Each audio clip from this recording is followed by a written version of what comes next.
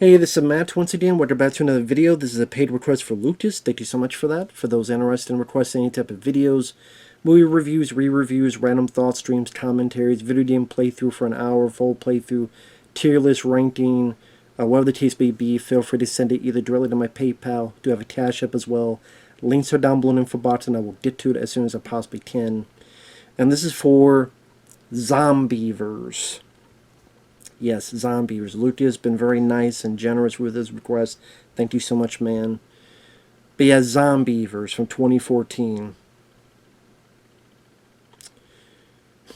You know what's funny? I see this little thing on my, not my webcam, but where I can see myself. That interested me much more than this entire film. Me rubbing this right here. That was more of an exciting venture than this movie. Now, I get what this movie was trying to do from Jordan Rubin, who directed it, because he's a guy that worked on The Man Show. This is a guy that did the stand-up comic act. He's a guy that got Bill Burr, the wannabe Saudi prince, Bill Burr, at the beginning of the film as a driver for a medical research facility. And Bill Burr, yes, same Bill Burr you're thinking of. He's at the beginning of the film, he's at the end of the film. Him and, I think it's John Mayer, the singer. They're both these guys. Where they talked about, oh, I dated a guy once. You know, the sex was awful, you know, sucking dick and stuff, but, you know, we agreed on everything. You see that deer? Yeah, and he's looking at his phone. They hit a deer. They lose one of the canisters.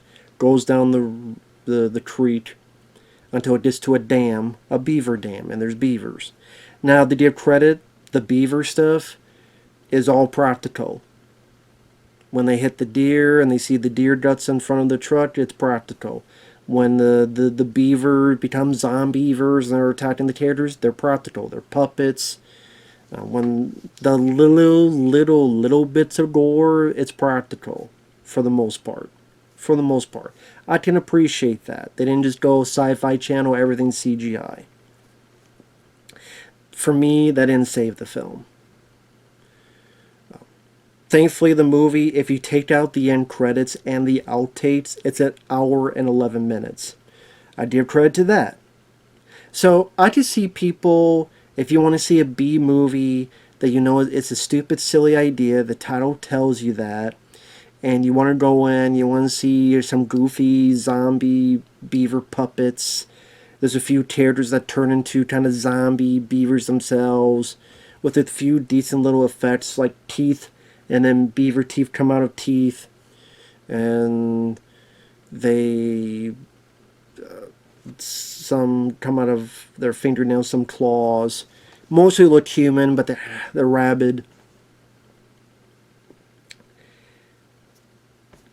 I mean, some may get some fun out of this and its goofy nature. For me, number one, I've seen a lot of films like this that try to be very silly, that try to be kind of a so bad as good, but when it's trying to be that, sometimes it's a bit obnoxious, and it kind of feels like a poser. I don't know if that makes sense. Like, there's a film that I actually liked, and I have the Blu-ray over there, called There's Something Out There. Or, well, actually, I'm bad with towels. Let me get the actual towel. I think it's There's Nothing Out There. There's something or there's nothing, I guess. See right there. There's nothing out there. There's nothing out there. That was this movie, but done better. Because, yeah, they know it's a fun, goofy film, but it felt there was more oomph to it. The characters, because when it was made and stuff, they have that kind of charm to them. It tries to do camera work like The Evil Dead, so it's ambitious with a low budget.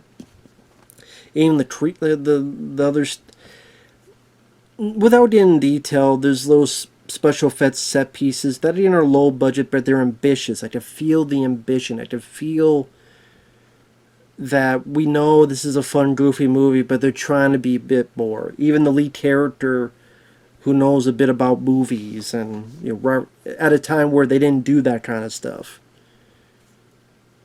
bit ahead of its time. This pretty much said we got the title, and I don't think they really went above and beyond anything else. I didn't feel any ambition. I didn't feel any of that with this. Maybe that's why this is one of the only films this guy did. Maybe that's why people don't really ever think about this film. Another reason, people forget that when you see B movies that are fun, what helps are the characters or the actors. Tremors is a generally good movie because of the characters. Val, Earl, Burt Gummer, Kevin Bacon, Fred Ward, Michael Gross. People enjoy and like those characters, myself included. You're not going to give a flying fuck about any of these characters or any of these people. So you're sitting with a bunch of people that act obnoxious and stupid and annoying, whether just juvenile jokes. 3 women, Mary, Zoe, and Jen, go to a cabin out in the middle of nowhere. They have a dog, which within 10 minutes we see it pissing. They go out and they do stuff. They go out and swim, and one of them you see their titties. They see a beaver dam, and they see this green stuff, and they think that's the color of beavers' pee. I don't know a single animal alive whose pee is green. Do you? If you do, please let me know and I'll learn something today. But name one goddamn animal whose fucking piss is green. But they mark their territory in neon green.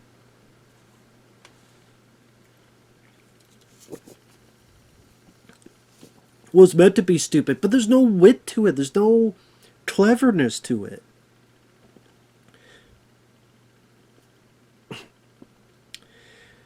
A bear comes at them, or more just stands there doing nothing, and Rex Linn comes in. He's a local. Rex Linn I liked as a character actor. As a character actor, he was in Cliffhanger. He was on John Lithgow's crew. He was a guy who is with the FBI, whatever, but he's with the bad guys. Travers.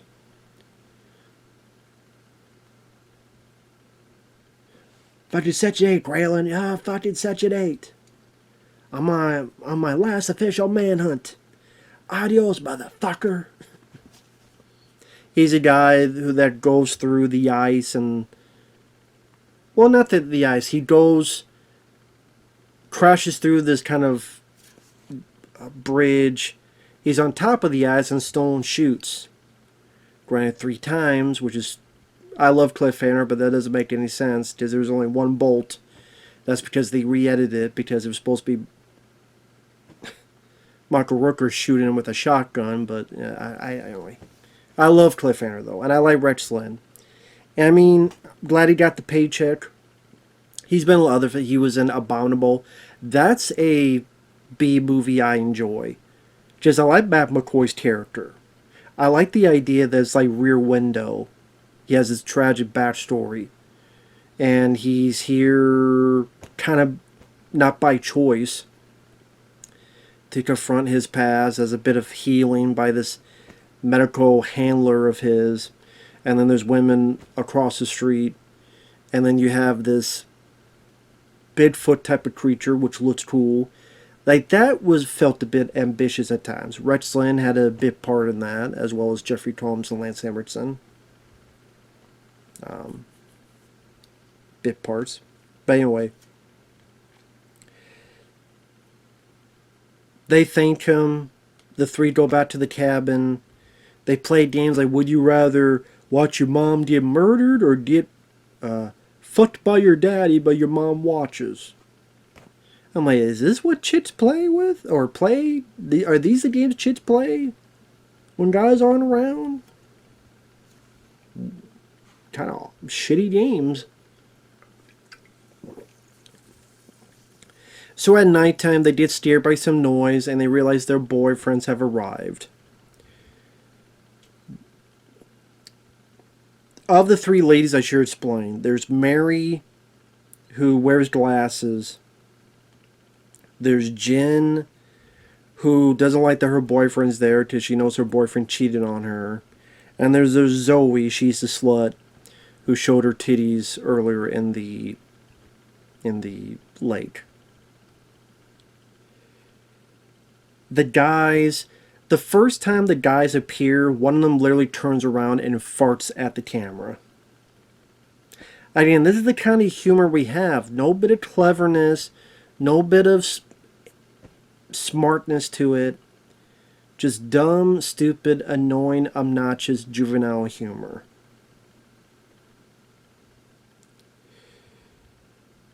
A guy literally farting at the camera. That kind of tells you what the whole movie is like. Oh, come on, please let us stay. My dick's asleep. Like when your foot's asleep? Come on, my dick's asleep. I need her to wake my dick up. How about you don't suck yourself off? I'll help you. Your neck broke? Oh well. Natural selection. Shit happens. Eventually, one of the ladies are attacked in the bathroom by a beaver. They attack it. They kill it. Now, right off the bat, I would go the fuck home. I don't care. First off, the way this beaver looks is iffy. Even if it was a normal beaver or a snake or whatever the fuck, I would go home. I would go the fuck home. Okay? It's one thing if it's your home and you can't go anywhere else, but if it's not your home, again, snake, a fucking bird, a tabby, I would go the fuck home. That's just how I am. I don't play that shit. Homie, don't play that. But no, they stay there. Because they're stupid. So they go to the lake, and they realize more stuff is off. And the guy who is the slutty girl's boyfriend, he feels something's off. And he finds that his foot's been chewed off. And they get the foot, they tie it so he don't bleed more. They escape back to the cabin. Meanwhile, the one girl, Jen, was attacked by a beaver and ultimately stabbed it. They realize it's a zombie beaver because it's alive no matter how many times they stab it, unless you stab in the head. Then in the middle of this shit, they start arguing about who fucked who. The girl with the glasses, Mary, was fucking Jen's boyfriend. The blonde's boyfriend. Who gives a fuck? This guy has his foot eaten off. There's zombie beavers. I don't give a fuck if you fucked each other in the ass with a goddamn pine cone, a pineapple, or Chris Pine. I don't give a fuck. It could be all three. Chris Pine fuck you in the ass with a goddamn pine cone in your mouth and a pineapple up above to praise to the sex gods. You don't have a pina colada later, or a colonic later, or both, and put the pineapple in your ass and the juices flow back into your mouth. I don't give a fuck. There are zombie beavers in the fucking way. That guy's foot is now off. It's chewed up. I don't give a fuck who's fucking who. As long as you're not fucking me right now in the ass. Nope, not happening. Nope. Right here. Good. Let's get the fuck out. That's what I mean. Why? I know people can do this, and there are exceptions for me as well. There are films I can enjoy when I don't love the characters. Yes, there are exceptions, but it's not my go-to. If you look at my top 100 favorite movies, one of the most common things are there's people in them I like. Because I'm going to hang out with them for an hour, or an hour and 11 minutes, or maybe an hour and 20, hour and 30. I want to at least like someone. or just a miserable fucking experience. Again, are there exceptions? Sure. But that's why they're exceptions, at least for me. But I don't give a fuck about anybody in the film. I have no reason to give a fuck.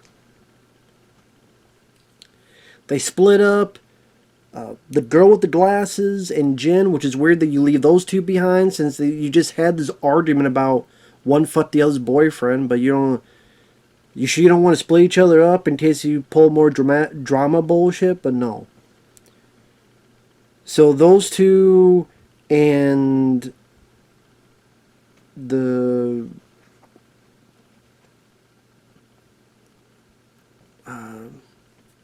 Jen's boyfriend, the blonde's boyfriend who cheated on her.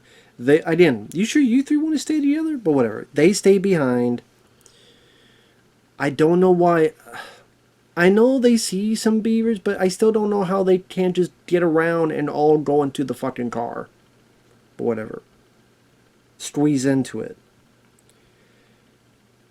But the other three, the slutty girl Zoe, her boyfriend who's had his foot eaten off, chewed off, and the other guy, they drive off. There's an issue. And a guy, the one guy tries to do something, and off screen, a tree falls on him. And we see that there's beavers over here that they bit, and the tree fell and killed this guy. So yeah, they killed the guy off screen. What a great death scene.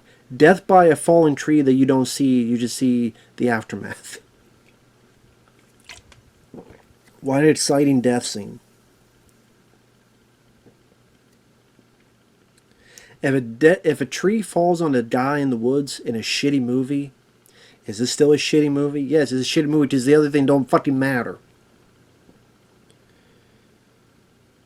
Rex Lynn comes in to help Zoe and her boyfriend, and they get to a place.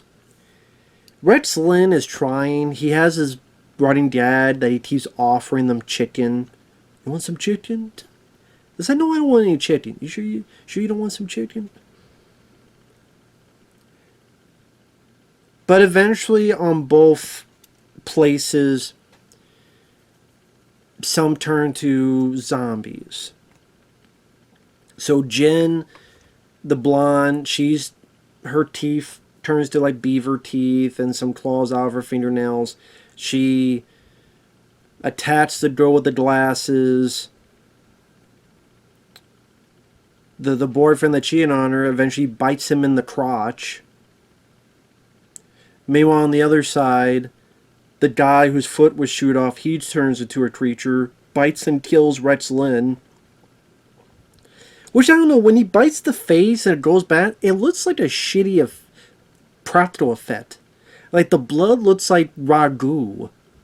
It looks like pasta or something. I don't know. Something about that makeup effect I don't think was really good at all. Like, the coloring and, I don't know, it just looked terrible.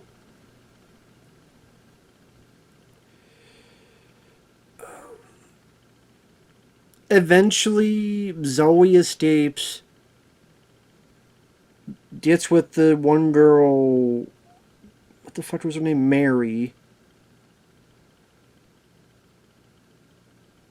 They get into a car, and you don't see them fighting the creatures much, the zombie beavers.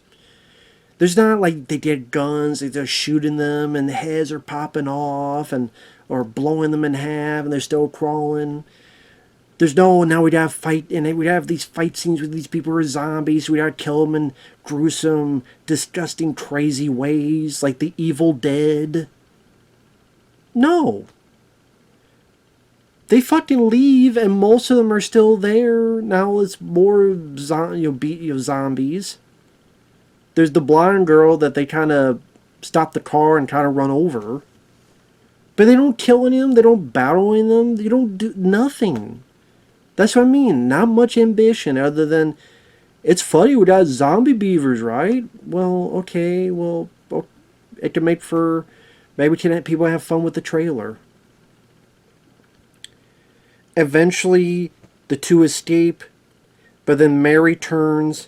So Zoe the slut kills her with an axe. Okay, that's a novel idea. Zoe, the slutty one, survives, but you don't give a shit about her character. And then it doesn't matter because Bill Burr, they redo the joke from the beginning. Well, Bill Burr's on a phone, he's not paying attention, hits and kills the girl. But then you have like 3 minutes of outtakes, and then the credits. And the movie's only an hour and 11 minutes. And you just go, was this movie really worth making? I mean, think about it. This is a film that has like a 4.7 on IMDb. That, if you're at all someone that watches any number of these type of B movies, you've seen, again, from the Evil Dead films to Critters 1 and 2, even 3 and 4 I put above this, to other like more goofy movies. I mean, are there worse movies? Yeah, Killer Sofa is worse than this. And oh, Killer Condom probably worse than this. I don't know. But yeah, it's funny and cute to see the beavers with white eyes, and it's obviously puppets. And I appreciate the practical nature, but then they don't do much with them. There's now a whole lot of really interesting, fun, kooky, crazy set pieces you put them into. Same with the characters. Ticks. Because that's one where you have the actual ticks, and then you have, what's his name? Carlton from Fresh Prince of Bel-Air turned to like a giant version of a one. And those effects are crazy. And I thought the cast was more interesting, especially Clint Howard. And you got Seth Green in an early role. And the finale where they're fighting all the ticks and burning them and blowing them up. There's a bit of action in there and excitement. Even that's a bit ambitious. They had the big giant version of the tick thing. Ambitious. Mosquito. If you watch Mosquito from the 90s, the whole finale where they're in the farmhouse and they're coming out of the woodwork and they're shooting them with shotguns and, you know, all that stuff. There's none of that in this. And a lot of those were cheaper, lower budgeted films. So the cleverness, it was as far as having the title there. But the dialogue, it was just a juvenile, my dick's asleep, bro. I'm a little farting on the camera. This dog's going to piss. The gore. Hell, the goriest part was the remains of the fucking deer that Bill Burr hit at the beginning of the movie. That was the goriest part of the film to me. There's a little bit where, you know, she's eating the guy's crotch and the guy's wearing underwear and you see a little bit of blood and stuff there, to be fair.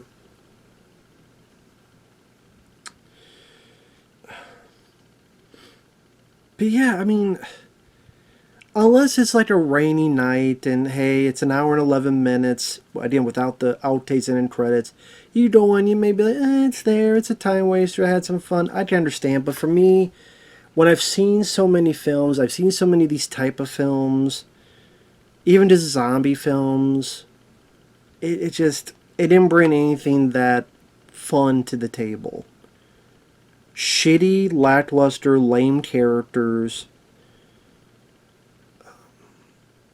lack of fun action or set pieces, stuff that seems very overly familiar, juvenile humor that I didn't think was fucking funny. Plus Bill Burr, I would care to... Bill Burr, you know, I hope Your Blood Money was great. I don't really want to see him for a while. So that didn't help either, to be reminded of Bill fucking Burr. It's so awful that... Why the hell is Beyonce and all these people, Mariah Carey, why are they going to Saudi Arabia and taking that blood money years later? Oh, sure, yeah, I went there and took the money, but come on, they got a McDonald's. You racist. If you get mad. You were getting mad, you dumb fuck.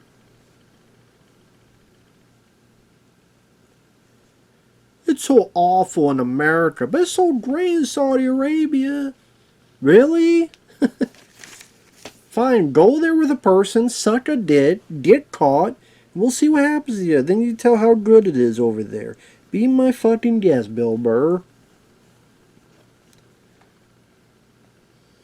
But anyway, he just, fuck him and his wife. Anyway, thanks for watching. Take care. Sorry about the out of the tangent rant. Take care, everyone. We'll see you guys later. Fuck this movie.